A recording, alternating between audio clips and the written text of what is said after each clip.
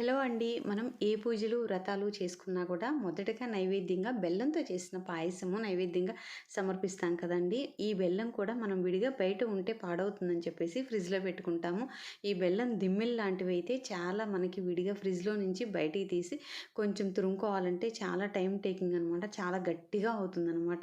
అప్పటికప్పుడు చేసుకోవాలంటే చాలా కష్టం కదా! నేను చెప్పిన విధంగా చేస్తే వితిన్ 2, 3 మినిట్స్‌లోనే మీరు ఎంత గట్టిగా ఉన్న బెల్లం దిమ్మెనైనా కూడా ఈ విధంగా మనం తురుముకోవచ్చనమాట.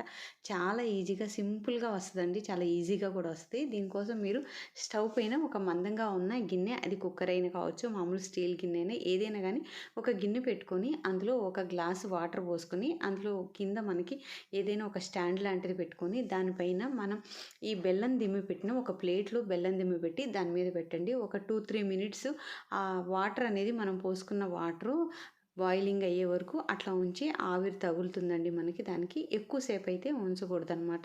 ఒక 3 మినిట్స్ అలా ఉంచేసి మనం బయటికి తీసి ఒక ప్లేట్‌లో పెట్టుకొని ఈ విధంగా చాకుతోటి ఇలా తురుముకోవడమేనండి.